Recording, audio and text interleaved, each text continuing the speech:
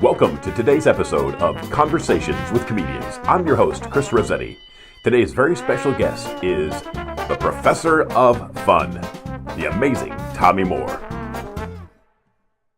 So without any further ado, welcome to the broadcast, everybody. Thanks for joining us. Tommy Moore, how are you today?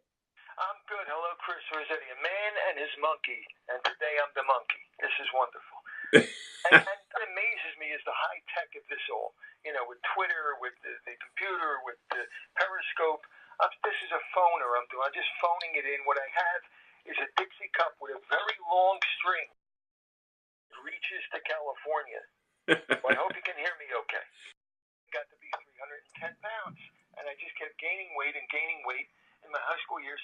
And either I was gaining weight or the holes in my belt were starting to heal. I don't know. No, I mean, I was 310 pounds. I had a 52-inch waist. Fatness runs in my family. Well, it doesn't run. It just kind of waddles, you know. But in baseball, the coach used to use me to draw the on-deck circle. Okay? I couldn't play hide and seek. I could only play seek. How did you begin your career in comedy? What was the beginning?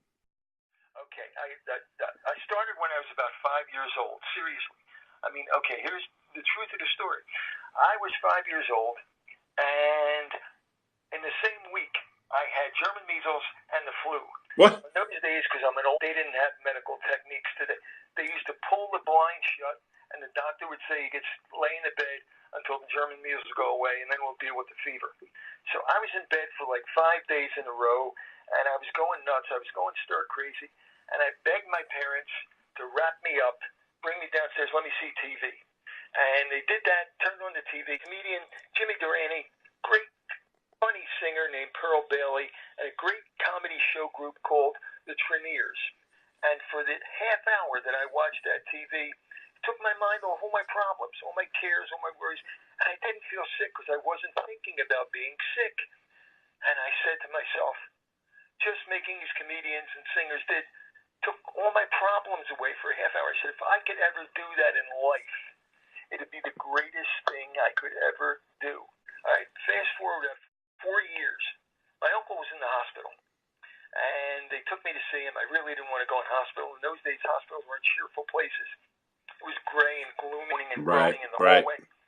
And we took him in, and I went in to see my uncle, and he was in bad shape. You could see the pain on his face. And he had tubes, and he had, catheter, whatever. And he was complaining about being catheterized. He said because they couldn't get enough specimen when they tried. And I was so uncomfortable. Yeah. I made a joke. I said, they were just trying you at the wrong time. If they gave you a few beers, they would have needed a bucket brigade. And he laughed. And for the 10 seconds that he laughed, I saw the pain leave his face. And I said to myself, I can't do that. I can do that thing that those other comedians did for me. And I remember walking out of the hospital holding on my mother and father's hand, and all I kept saying was, I can do that. I can do that. And from that moment on, I was hooked on comedy. Wow, that is fantastic. As a matter of fact, my next birthday, it was my birthday. It was a Sunday. Ed Sullivan was on TV. Ed Sullivan introduces comedian Jack Carter. And my mother had just brought out the cake with the candles lit. Everybody was there to sing happy birthday to me. And I said, wait, I got to go hear Jack Carter. And I run in to listen to Jack Carter on TV. And I remember my uncle saying, what kind of kid is this who interrupts his own birthday party to listen to a comedian? That's the truth. That is the truth. That's an amazing beginning. Tommy, can you tell us, what was the Philadelphia comedy scene like when you were coming up? In the beginning, nobody cared about comedy. We had a place called the Comedy Factory Outlet. There were 11 comedians. We called ourselves the Funny 11. And there were always more comedians ready to go on stage than there were in the audience. And we didn't know how to get people in. We charged $1, and the people still weren't coming. So we would line up outside the club, 11 of us. And when people walked by, they said, ooh, there's a line for this place. It must be good. So they would get in line with 20, 30, 40. By the time there were 50 people, we opened up the door, went in, they never knew it was us. That's amazing. By 83, 1984, when comedy was so hot, there were 3 comedy clubs within a block of each other in Philadelphia. Wow. There's the Comedy Factory Outlet, the Comedy Works, and Going Bananas. Now, here's how hot comedy was. Even though we were competitive, we each staggered our shows. The Comedy Works had their show start at 8 o'clock. If they sold out by 8:20, everybody would run over to our place, which is a half a block away. Our show was 8:30. If we sold out, people would run to Going Bananas because 5. And there were nights when all 3 clubs not only sold out, but even Going Bananas had to turn away people. Wow. And at one time, at the height of Philadelphia comedy, which late 80s, there were 22 comedy clubs. Whoa. So in just a moment, we're going to have a caller. Yes, Dwayne from Atlanta, Georgia. If you had to give the 2 most influential comedians, who would they be? Okay. The 2 most influential comedians for me, because you got to remember, I'm an old guy. The 2 most influential comedians for me were Henny Youngman and Shecky Green. And I'll tell you why. I went to see Henny Youngman once in an impossible situation. He was working on a platform outdoors with about 3,000 people standing in front of him. Now, if you know comedy, you know outdoors is tough, and people standing is even tougher. Everybody thought it was going to be horrible. He went out there, and he just kicked it. He got laugh after laugh after laugh. And I talked to him after in his trailer. I was about 20 at the time. And I said, how do you do it? How do you have this impossible situation? And he said, I'm out of nowhere. Want to see a picture of my pride and joy? And he pulled out a picture, and it was a little wallet-sized picture of a can of Pride furniture polish and a bottle of Joy dishwashing. Pride and joy. He said, the real key is you have to have pride in what you do. You have to take joy in doing it. And if that audience sees that you're proud of yourself and that you have joy and you're just there to make them have fun, they will have fun too, because that's what it's all about. The root of the word funny is fun. If you're having fun, they will have fun. In the 80s and in the 90s, I taught at Temple University, and would go on just stage and just complain, and they were angry, and they were bitter, and they weren't having fun. You got to have fun. So that's the one thing that Henny Youngman told me. Now, the other comedian that was very important was Shecky Green. Shecky Green was a master. And if you young guys don't know this, go to YouTube. Look up some things Shecky Green did. Look up some things Henny Youngman did. Shecky Green one night said to me afterward in his dressing room, because I used to go, he said, the key is that night is the only important night for you. It doesn't matter what you did last night. It doesn't matter what you're going to do tomorrow night, because tonight's audience doesn't know how you did last night. They don't know you were great last night. They just want you to be great tonight. And they don't care how you're going to do tomorrow night. They don't care if you're going to bomb tomorrow night. They just want to know how you're going to do tonight. So you got to give your all every night as an individual to that audience, because they're just there to have fun. I noticed earlier you said that you kind of stay away from the political satire, those type jokes. So is it safe to say you've never had a targeted audience when you do comedy? You just do your set and what they like? You go on that stage and you be yourself. You be who you want to be. If you want to be political, get up there and be political. I particularly don't want to, because David Brennan told me a long time ago. He said, I could be political, but I know that on any given night, if I'm political, I'm going to alienate half the audience. I'm there to make everybody laugh. And I took that as a good piece of advice. If you want to be a visual comic, if you want to be a guitar comic, if you want to be an insult comic, do what it is you want to do. Because the middle 2 letters of comedy spell me. Tommy, can I ask you a question? Who are some of the nationally known comedians that you have worked with that we, the laymen, we, the general public, would recognize? And did you enjoy working with some more than others? Okay. Well, first of all, you got to understand understand that I was not just a comedian, and still am, but I was a comedy club owner for 11 years, and for 11 years, I had a newspaper column called Comedy Corner. So I interviewed or hired or worked with more comedians than anybody could ever believe. So some of my favorites, Red Skelton, Steve Allen, Red Fox, George Burns, as I already said, Henny Youngman, Red Button, Shecky Green, Don Rickles, Soupy Sales, Dick Gregory, Dick Shawn, Jack Carter, Jackie Vernon, Joey Bishop, Bob Hope, Phyllis Diller, Joan Rivers. And in my 3 books, I talk about all of them, the experiences I had with them, what I learned from them in life, what I learned from them about comedy. They were just a font of knowledge. And the interesting thing is, when you're a young comedian, part of the reason why I worked with these people is back in the 80s when comedy was hot. Every TV show, every talk show in the morning would bring in the big star comic, like an Alan King, and they would bring in 1 or 2 local starting out comedians, which was me. And so I got to be on TV with all of these people, and I got to talk to them, and I got to know them. I mentioned just now Alan King. And again, if any of these guys are not your fault, you're too young, you don't know them, go on YouTube. But Alan King, for instance, is a wonderful thing. They were there to promote his show in Atlantic City. Now, to promote the young comedians who were in little rinky-dink comedy clubs in Philadelphia. And when they went to commercial, Alan, come they're not talking about the clubs you're going to be at. I said, well, I think they're here, promote your Resorts International Atlantic City. He said, oh, well, we'll see about that. Come back from commercial. And it was the Jane Whitney show.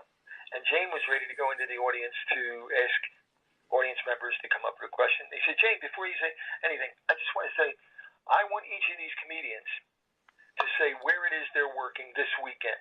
Wow. And so we each did. And then he said, go see them. Don't come see me. He said, I'll be at Resorts another 4 times this year. This weekend, go see them. Because they're the new comedians. They're the ones you have to support, ones that are going to keep comedy healthy for the rest of your life. George Burns, when I talked with George Burns, I asked him what his, for young comedians, would do. He said 2 things.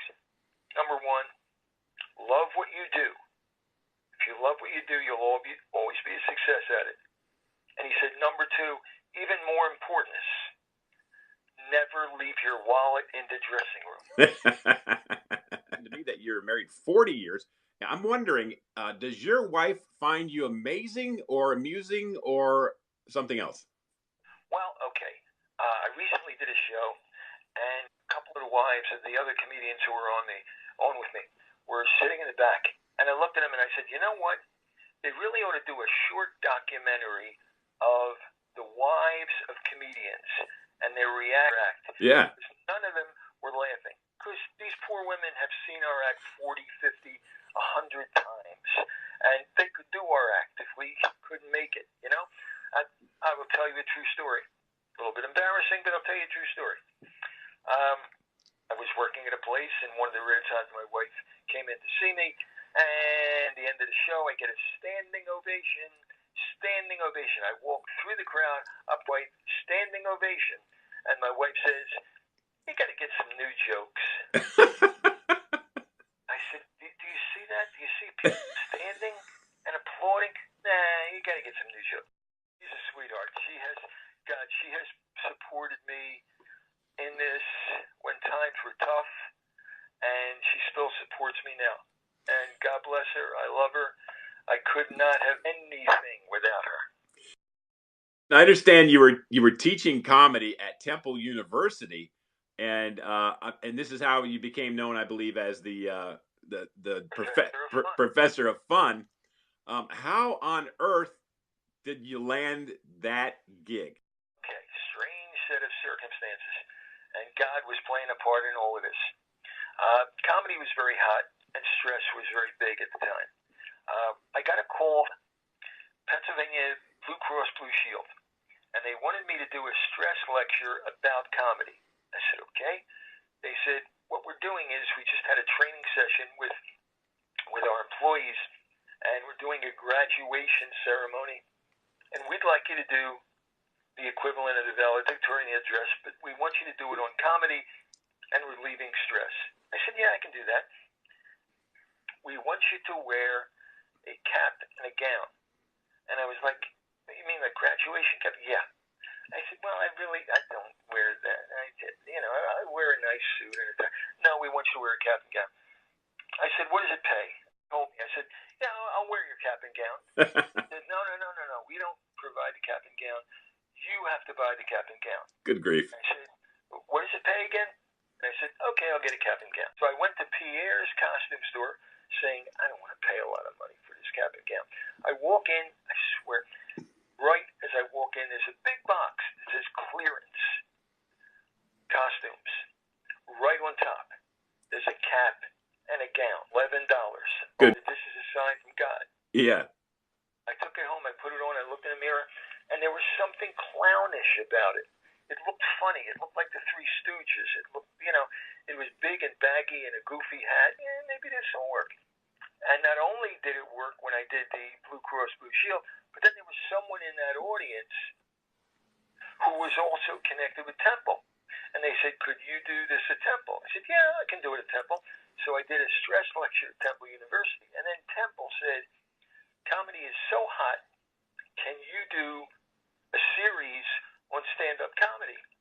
And I did it for 5 years, but the very first one, I was worried because it was the first anniversary of 9/11. Oh, wow. And I said, ooh, is this going to be a bad topic? This is a very serious day. Maybe I should. They said, well, we'll try it. And then they said, now, you may not get a big crowd because there are concerns about safety, signs up everywhere, how to evacuate the building in case. So I said, well, we'll see if anybody shows up. And as I walked down the hallway, I looked in every classroom, and it's either empty or there's 2 people. Wow. There's 3 people. And as I get closer to my classroom, I hear a buzz. And I walk in, and there's 50 people. And they're sitting on the floor, and they're sitting on the windowsill. And I'm like, what? And they just said, we needed to laugh today. Wow. And I did the course, and the dean came in. He said, let's do it again next week. Did it again. Next week there were 75 people, and he had to come in and say, you can't, this is the fire code, you can't be sitting all over. He moved us to a bigger room. Man. The next week he moved us to a bigger room yet. And it was the most successful course in their catalog for that season, so they helped me over 5 years. I did the history of American comedy from A to Z, the comedy giants, and I would show, along with lecture, I would show clips from, so many of these comedians were older than the kids in the audience. They had never seen him before. They had never seen Red Skelton. They were blown away. Who is this guy? He's funny. They had never seen Jack Benny. Who is this guy? He's funny. So I would say to any young comedian, get on YouTube. It's a wonderful tool. And look at these old guys because they were pros through and through. That leads me to a side note here, side question. Your act is tremendously, it crosses generations. But it harkens back to an older day, if you will, a classic age of comedy, a time some people have likened it to vaudevillian.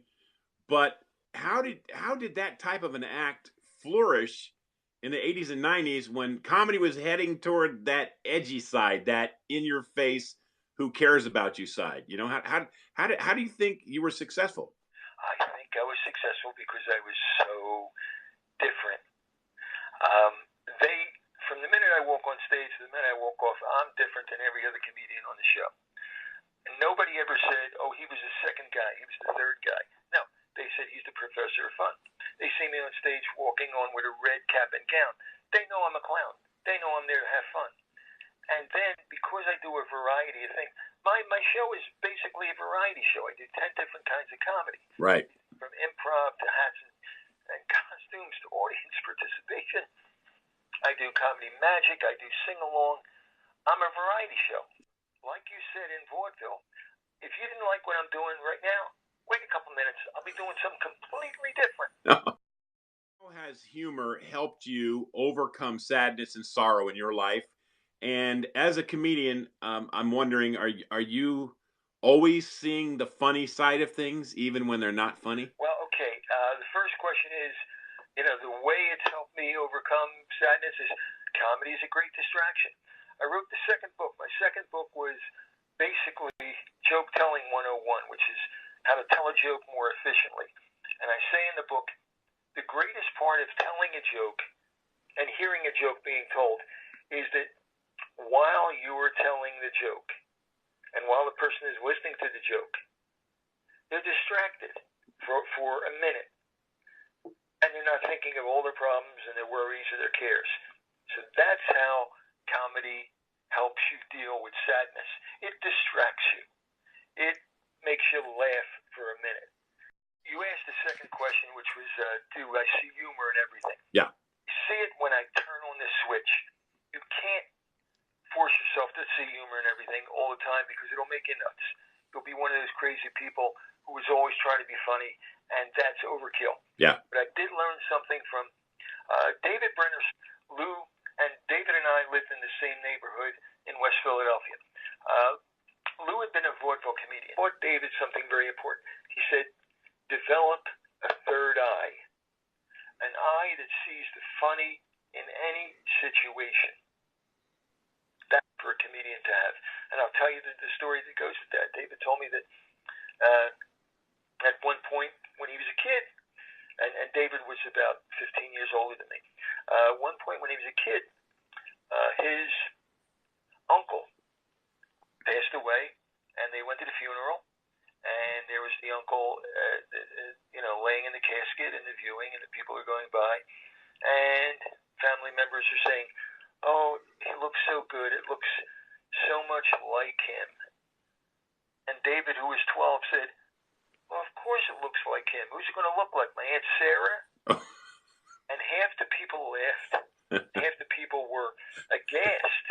And his dad pulled him outside and said, there's a time to be funny and there's a time not to be funny. And, this was the wrong time. And his father said, yeah. But it was funny. Someone's asking, or someone's mentioning that as they've gotten older, they've tended to lose their sense of humor. What can a person do to avoid that?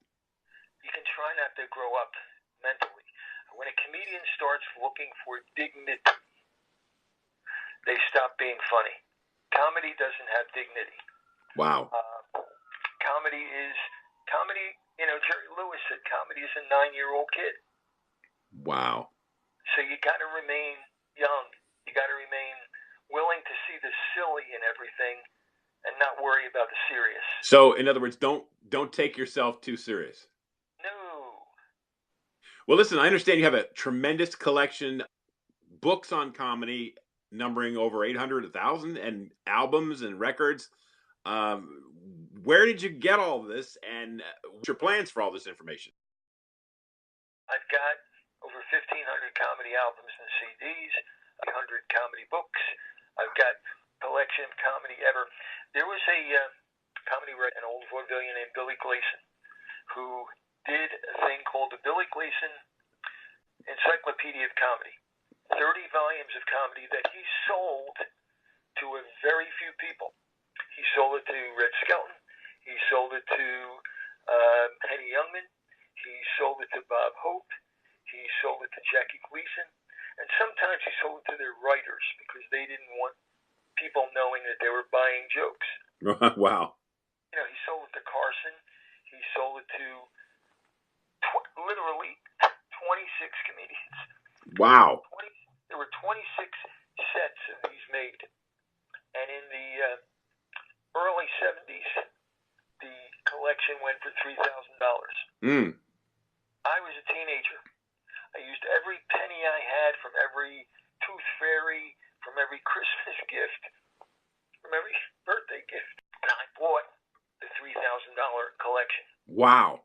There are only 26 of them in existence, and we don't even know where they are. I've Googled it, and there are only 2 others I can find. What was the name of it again? It was the Billy Gleason Encyclopedia of Humor. Wow. Now, there's also a Billy Gleason Funmaster gag file, which I have, but there are more of those. There are only 26 sets of the encyclopedia. Now, you said the book collection, where did that come from? Mm-hmm. Story. I used to go up to New York to do the showcase clubs in the early 70s. And one of the clubs was upstairs at the Golden Lion, and we had comedians. And a guy came in once called Leopold Beckner, and they called him the Joke King, because when he was a kid in Germany, he started collecting joke books. And when Hitler came to power, and Hitler wanted to start burning books, he knew he had to get his books out of there. So he took all his books, packed them up, and came to America. I talked with him, and I saw his collection. Okay, so that gave me a little bug to collect books. Then one night, true story, done the Copacabana. Right. And, I was on stage for maybe 5 minutes. And I was on the train, Philadelphia to New York, for 3 hours, round trip. I said to myself, 3 hours to be on stage for 5 minutes. Right. Nobody's ever going to see me. Nobody's ever going to know I'm going to exist. Nobody. Waiting for the train, I went in Penn Station's bookstore. And Larry Wilde had written a book called The Joke Book. Mm-hmm. And I opened it up, and I'm reading it on the train. On page 100, it says, Philadelphia comedian Tommy Moore tells. And I said, somebody saw me. Wow. I exist. And I kept that book, and I started collecting joke books from that minute on. And Larry put my jokes in 2 other books as well. And so I've got over 800 joke books, aside from the Billy Gleason stuff. Amazing. Now, you've also written 2 books, I believe, or 3. 3. Yeah. Can you tell us about those books, and how can people get them? Okay. The first book was called A PhD in Happiness from the Greek Comedians. And I got advice about show business that turns into very important life advice as well. Mm-hmm. And how to be happy. And so it's kind of a book about comedy and psychology. It's a self-help book. Nice. I've gotten emails from people who say it's pulled them out of depression, people who say it's made them happier. It's just amazing. The second book is called Joke Telling 101, How I Never Let School Interfere with My Comedy Education. There are jokes from about 100 different comedians, but more importantly, in the beginning of the joke book, there's the essence of my Temple University course, which was how to tell a joke effectively. So it's an educational book and a joke book. Mm-hmm. Third book is called Comedians Telling Tales Out of School, and this comes from the 11 years that I interviewed comedians for my newspaper column. And it's got the reprints of the newspaper interviews, but it's got the stories that never made it because I only had an amount of space. Right. Like 400 words. So there are great stories that I never got to print, and I put these stories in that book. So the 3 books are all available on Amazon and Kindle, and they're just fun. And I've gotten all 5-star reviews, and it's just nice to know that I've documented these guys. Yeah. They dyed-in-the-wool entertainers. They knew their stuff backward and forward, and they did it all. Tell us, where are you performing now? Well, the next thing is going to be an Irish show because all St. Patrick's week. So I'll be doing Irish shows pretty much all around the South. And, we're going to have fun. Now, how would people find you to book you? How would they get in contact with you?